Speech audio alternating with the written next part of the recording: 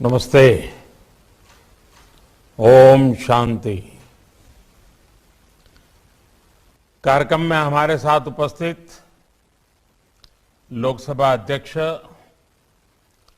श्री ओम बिरला जी, राजस्थान के गवर्नर श्री कलराज मिश्र जी, राजस्थान के मुख्यमंत्री श्रीमान अशोक गहलोत जी, गुजरात के मुख्यमंत्री श्री भूपेंद्र भाई पटेल जी, केंद्रीय मंत्रिमंडल में मेरे साथी श्री किशन रेड्डी जी, भूपेंद्र यादव जी, अर्जुन राम मेघवाल जी, पुरुषोत्तम रूपाला जी, श्री कैलाश चौधरी जी, राजस्थान विधानसभा में नेता प्रतिपक्ष श्री गुलाब चंद कटारिया जी, ब्रह्मा कुमारीज के एग्जीक्यूटिव सेक्रेटरी राजयोगी मृत्युंजय जी, राजयोगिनी बहन मोहिनी जी, बहन चंद्रिका जी, ब्रह्मा कुमारी की अन्य सभी बहनें, देवियों और सज्जनों, और यहां उपस्थित सभी साधक साधिकाएं। कुछ स्थल ऐसे होते हैं जिनमें अपनी एक अलग चेतना होती है, ऊर्जा का अपना ही एक अलग प्रवाह होता है। ये ऊर्जा उन महान व्यक्तित्वों की होती है जिनकी तपस्या से वन, पर्वत, पहाड़ भी जागृत हो उठते हैं। मानवीय प्रेरणाओं का केंद्र बन जाते हैं। माउंट आबू की आभा भी दादा लेखराज और उन जैसे अनेकों सिद्ध व्यक्तित्वों की वजह निरंतर बढ़ती रही है। आज इस पवित्र स्थान से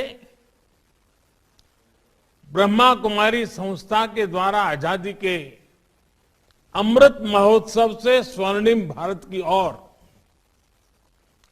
एक बहुत बड़े अभियान का प्रारंभ हो रहा है। इस कार्यक्रम में स्वर्णिम भारत के लिए भावना भी है, साधना भी है। इसमें देश के लिए प्रेरणा भी है और ब्रह्मा कुमारियों के प्रयास भी हैं। मैं देश के संकल्पों के साथ, देश के सपनों के साथ निरंतर जुड़े रहने के लिए ब्रह्मा कुमारी परिवार का बहुत बहुत अभिनंदन करता हूं। आज के इस कार्यक्रम में दादी जानकी, राजयोगिनी दादी हृदय मोहिनी जी सशरीर हमारे बीच उपस्थित नहीं है। मुझ पर उनका बहुत स्नेह था। आज के इस आयोजन पर मैं उनका आशीर्वाद भी महसूस कर रहा हूं। साथियों, जब संकल्प के साथ साधना जुड़ जाती है, जब मानव मात्र के साथ हमारा मम भाव जुड़ जाता है, अपनी व्यक्तिगत उपलब्धियों के लिए इदम न मम यह भाव जागने लगता है, तो समझिए हमारे संकल्पों के जरिए एक नए कालखंड का जन्म होने वाला है, एक नया सवेरा होने वाला है। सेवा और त्याग का यही अनुभव आज अमृत महोत्सव में नए भारत के लिए उमड़ रहा है। इसी त्याग और कर्तव्य भाव से करोड़ों देशवासी आज स्वर्णिम भारत की नींव रख रहे हैं। हमारे और राष्ट्र के सपने अलग अलग नहीं है। हमारी निजी और राष्ट्रीय सफलताएं अलग अलग नहीं है। राष्ट्र की प्रगति में ही हमारी प्रगति है। हमसे ही राष्ट्र का अस्तित्व है और राष्ट्र से ही हमारा अस्तित्व है। ये भाव, ये बोध नए भारत के निर्माण में हम भारतवासियों की सबसे बड़ी ताकत बन रहा है। आज देश जो कुछ कर रहा है उसमें सबका प्रयास शामिल है। सबका साथ, सबका विकास, सबका विश्वास। आज एक और बात, सबका प्रयास।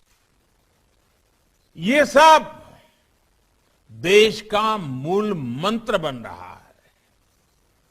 आज हम एक ऐसी व्यवस्था बना रहे हैं जिसमें भेदभाव की कोई जगह न हो। एक ऐसा समाज बना रहे हैं जो समानता और सामाजिक न्याय की बुनियाद पर मजबूती से खड़ा हो।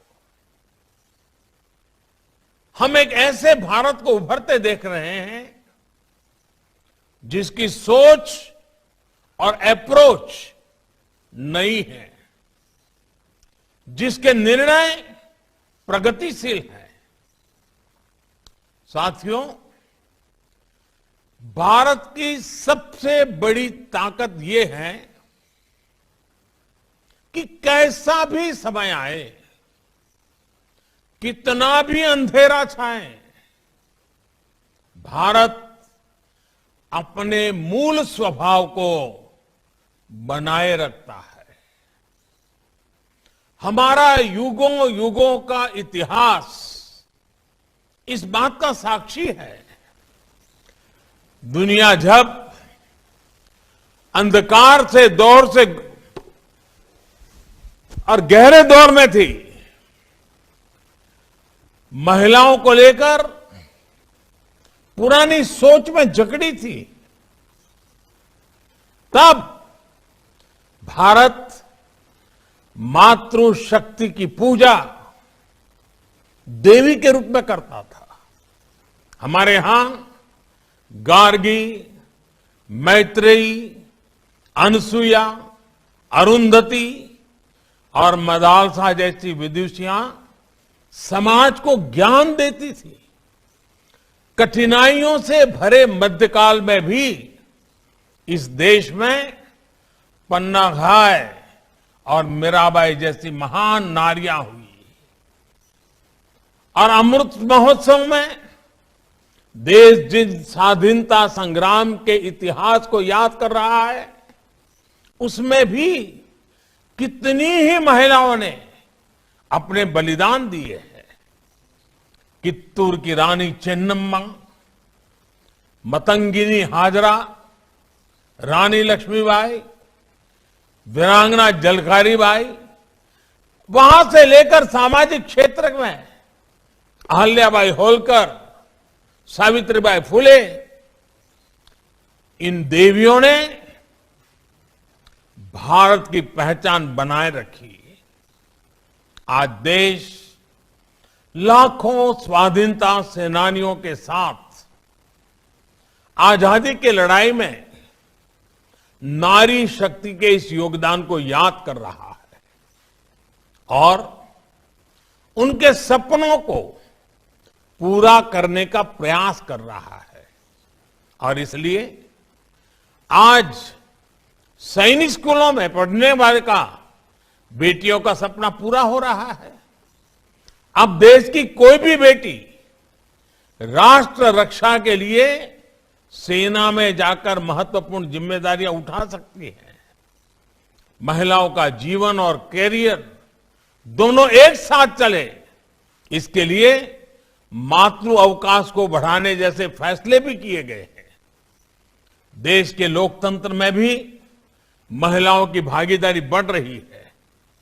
2019 के चुनाव में हमने देखा कि किस तरह पुरुषों से ज्यादा महिलाओं ने मतदान किया। आज देश की सरकार में बड़ी बड़ी जिम्मेदारियां महिला मंत्री संभाल रही है और सबसे ज्यादा गर्व की बात है कि अब समाज इस बदलाव का नेतृत्व खुद कर रहा है। हाल के आंकड़ों से पता चला है कि बेटी बचाओ बेटी पढ़ाओ अभियान, इसकी सफलता से वर्षों बाद देश में स्त्री पुरुष का अनुपात भी बेहतर हुआ है। ये बदलाव इस बात का स्पष्ट संकेत है कि नया भारत कैसा होगा, कितना सामर्थ्यशाली होगा। साथियों,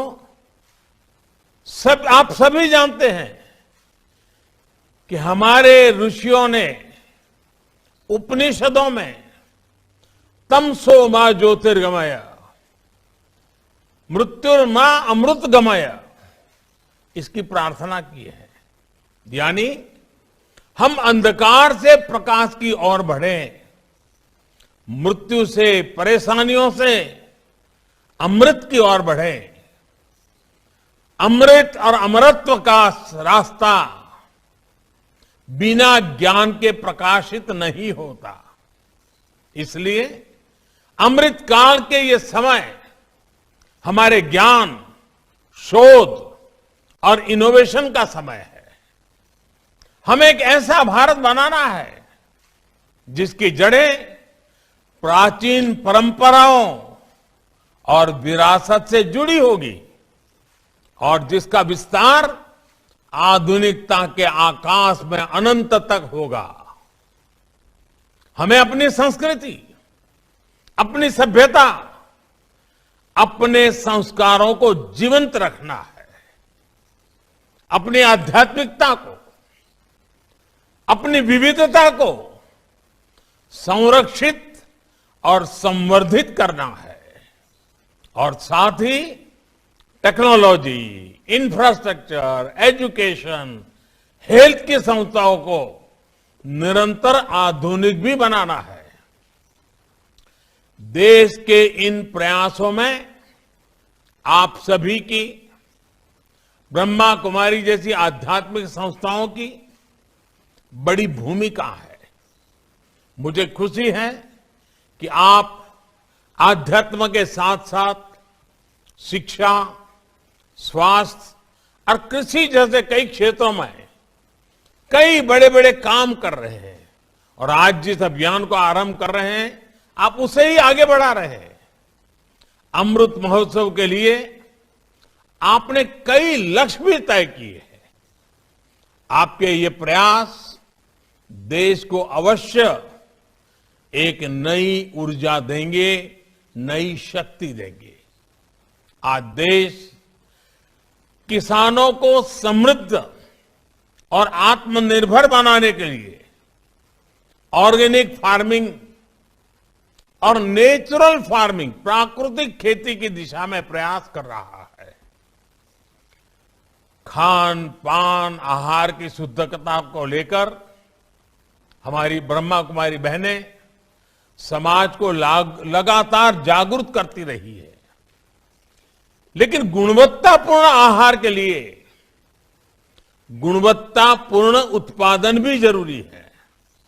इसलिए ब्रह्मा कुमारी नेचुरल फार्मिंग को प्रमोट करने के लिए, प्राकृतिक खेती को बढ़ावा देने के लिए एक बहुत बड़ी प्रेरणा बन सकती है। कुछ गांवों को प्रेरित करके ऐसे मॉडल खड़े किए जा सकते हैं। इसी तरह क्लीन एनर्जी के और पर्यावरण के क्षेत्र में भी दुनिया को भारत से बहुत अपेक्षाएं हैं। आज क्लीन एनर्जी के कई विकल्प विकसित हो रहे हैं। इसे लेकर भी जन जागरण के लिए बड़े अभियान की जरूरत है। ब्रह्मा कुमारी ने तो सोलर पावर के क्षेत्र में सबके सामने एक उदाहरण रखा है। कितने ही समय से आपके आश्रम की रसोई में सोलर पावर से खाना बनाया जा रहा है। सोलर पावर का इस्तेमाल ज्यादा से ज्यादा लोग करें, इसमें भी आपका बहुत सहयोग हो सकता है। इसी तरह आप सभी आत्मनिर्भर भारत अभियान को भी गति दे सकते हैं। वोकल फॉर लोकल, स्थानीय उत्पादों को प्राथमिकता देकर इस अभियान में मदद हो सकती है। साथियों, अमृत काल का ये समय सोते हुए सपने देखने का नहीं, बल्कि जागृत होकर अपने संकल्प पूरे करने का है। आने वाले 25 साल परिश्रम की पराकाष्ठा, त्याग, तप, तपस्या के 25 वर्ष हैं। सैकड़ों वर्षों की गुलामी में हमारे समाज ने जो गंवाया है, ये 25 वर्ष का कालखंड उसे दोबारा प्राप्त करने का है। इसलिए आजादी के इस अमृत महोत्सव में हमारा ध्यान भविष्य पर ही केंद्रित होना चाहिए। साथियों, हमारे समाज में एक अद्भुत सामर्थ्य है। ये एक ऐसा समाज है जिसमें चिर पुरातन और नित्य नूतन व्यवस्था है। हालांकि इस बात से कोई इनकार नहीं कर सकता कि समय के साथ कुछ बुराइयां व्यक्ति में भी, समाज में भी और देश में भी प्रवेश कर जाती है। जो लोग जागृत रहते हुए इन बुराइयों को जान लेते हैं, वो इन बुराइयों से बचने में सफल हो जाते हैं। ऐसे लोग अपने जीवन में हर लक्ष्य प्राप्त कर पाते हैं। हमारे समाज की विशेषता है कि इसमें विशालता भी है, विविधता भी है और हजारों साल की यात्रा का अनुभव भी है।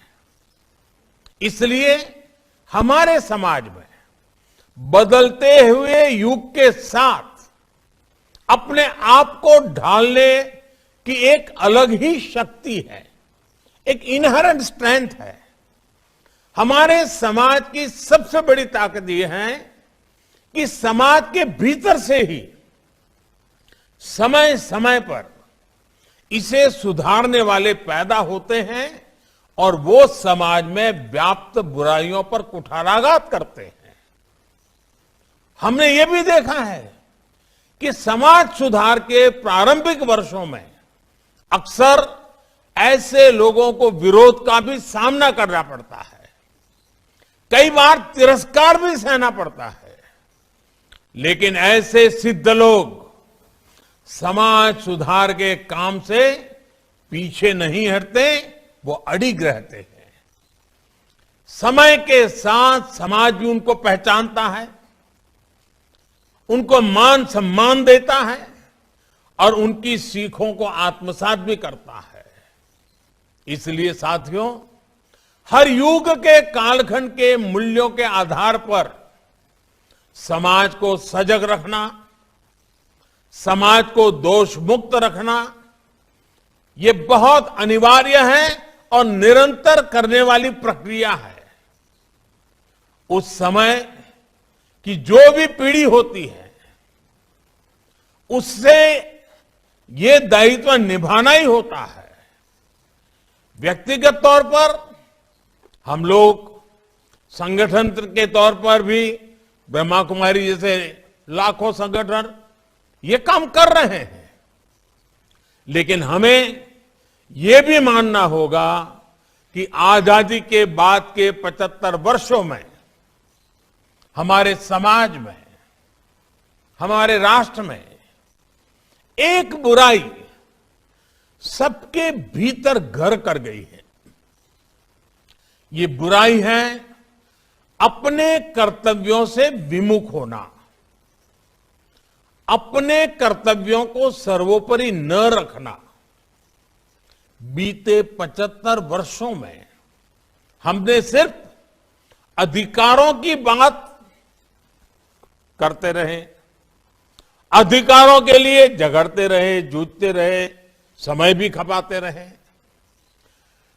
अधिकार की बात कुछ हद तक, कुछ समय के लिए किसी एक परिस्थिति में सही हो सकती है, लेकिन अपने कर्तव्यों को पूरी तरह भूल जाना, इस बात ने भारत को कमजोर रोकने में बहुत बड़ी भूमिका निभाई है। भारत ने अपना बहुत बड़ा समय इसलिए गंवाया है क्योंकि कर्तव्यों को प्राथमिकता नहीं दी गई।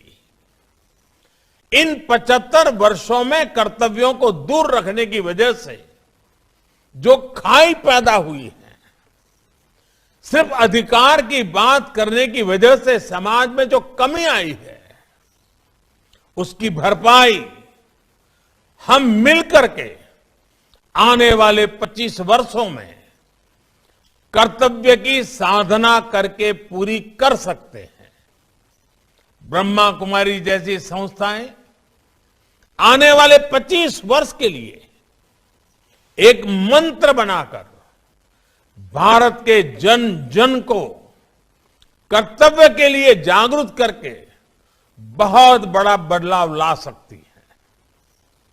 मेरा आग्रह है कि ब्रह्मा कुमारी और आप जैसी तमाम सामाजिक संस्थाएं इस एक मंत्र पर जरूर काम करें, और वो है देश के नागरिकों में कर्तव्य भावना का विस्तार। आप सभी अपनी शक्ति और समय जन जन में कर्तव्य बोध जागृत करने पर जरूर लगाएं, और ब्रह्मा कुमारी जैसी संस्थाएं जिस तरह दशकों से कर्तव्य के पथ पर चल रही है, आप लोग ये काम बहुत आसानी से कर सकते हैं। आप लोग कर्तव्य में रचे पचे, कर्तव्य में रचे बसे, कर्तव्य का पालन करने वाले लोग हैं। इसलिए जिस भावना के साथ आप अपनी संस्था में काम करते हैं, उस कर्तव्य भावना का विस्तार समाज में हो, देश में हो, देश के लोगों में हो। ये आजादी के इस अमृत महोत्सव पर आपका देश को सबसे उत्तम उपहार होगा। आप लोगों ने एक कहानी जरूर सुनी होगी। एक कमरे में अंधेरा था, तो उस अंधेरे को हटाने के लिए लोग अपने अपने तरीके से अलग अलग काम कर रहे थे। कोई कुछ कर रहा था, कोई कुछ कर रहा था, लेकिन किसी समझदार ने जब एक छोटा सा दिया जला दिया तो अंधकार तुरंत दूर हो गया। वैसे ही ताकत कर्तव्य की है, वैसी ही ताकत छोटे से प्रयास की भी है। हम सभी को देश के हर नागरिक के हृदय में एक दिया जलाना है, कर्तव्य का दिया जलाना है। हम सभी मिलकर देश को कर्तव्य पथ पर आगे बढ़ाएंगे तो समाज में व्याप्त बुराइयां भी दूर होगी और देश नई ऊंचाई पर भी पहुंचेगा। भारत भूमि को प्यार करने वाला, इस भूमि को मां मानने वाला कोई भी व्यक्ति ऐसा नहीं होगा जो देश को नई ऊंचाई पर ना ले जाना चाहता हो। कोटि कोटि लोगों के जीवन में खुशहाली न लाना चाहता हो। इसके लिए हमें कर्तव्यों पर बल देना ही होगा। साथियों, आज के इस कार्यक्रम में एक और विषय को उठाना चाहता हूं। आप सभी इस बात के साक्षी रहे हैं कि भारत की छवि को धूमिल करने के लिए किस तरह अलग अलग प्रयास चलते रहे हैं। इसमें अंतर्राष्ट्रीय स्तर पर भी बहुत कुछ चलता रहता है। इससे हम ये कहकर पल्ला नहीं झाड़ सकते कि ये सिर्फ राजनीति है। ये राजनीति नहीं है, ये हमारे देश का सवाल है। और जब हम आजादी का अमृत महोत्सव मना रहे हैं तो ये भी हमारा दायित्व है कि दुनिया भारत को सही रूप में जाने। ऐसी संस्थाएं जिनकी अंतर्राष्ट्रीय क्षेत्र में दुनिया के कई देशों में उपस्थिति है, वो दूसरे देशों के लोगों तक भारत की सही बात को पहुंचाए। भारत के बारे में जो अफवाहें फैलाई जा रही हैं, उनकी सच्चाई वहां के लोगों को बताएं, उन्हें जागरूक करें। ये भी हम सबका कर्तव्य है। ब्रह्मा कुमारी जैसी संस्थाएं इसी काम को आगे बढ़ाने के लिए एक और प्रयास कर सकती है।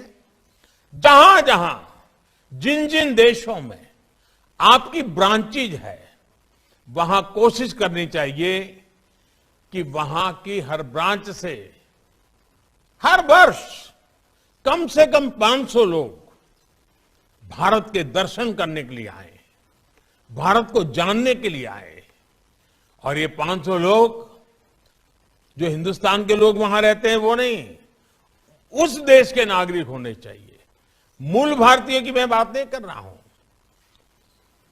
आप देखिएगा, अगर इस प्रकार से लोगों का आना हुआ, देखेंगे, यहां की हर बात को समझेंगे, तो अपने आप वो भारत के छाइयों को विश्व में लेकर के जाएंगे। आपके प्रयासों से इतने कितना बड़ा फर्क पड़ जाएगा। साथियों, परमार्थ करने की इच्छा तो हर एक की रहती है, लेकिन एक बात हम न भूलें कि परमार्थ और अर्थ जब एक साथ जुड़ते हैं तो सफल जीवन, सफल समाज और सफल राष्ट्र का निर्माण अपने आप हो सकता है। अर्थ और परमार्थ के इस सामंजस्य की जिम्मेदारी हमेशा से भारत की आध्यात्मिक सत्ता के पास रही है। मुझे पूरा भरोसा है कि भारत की आध्यात्मिक सत्ता आप सभी बहनों ये जिम्मेदारी इसी परिपक्वता के साथ निभाएगी। आपके ये प्रयास देश की अन्य संस्थाओं, अन्य संगठनों को भी आजादी के अमृत महोत्सव में नए लक्ष्य गढ़ने के लिए प्रेरित करेंगे। अमृत महोत्सव की ताकत जन जन का मन है, जन जन का समर्पण है। आपके प्रयासों से भारत आने वाले समय में और भी तेज गति से स्वर्णिम भारत की ओर बढ़ेगा। इसी विश्वास के साथ आप सभी का बहुत बहुत धन्यवाद। ओम शांति।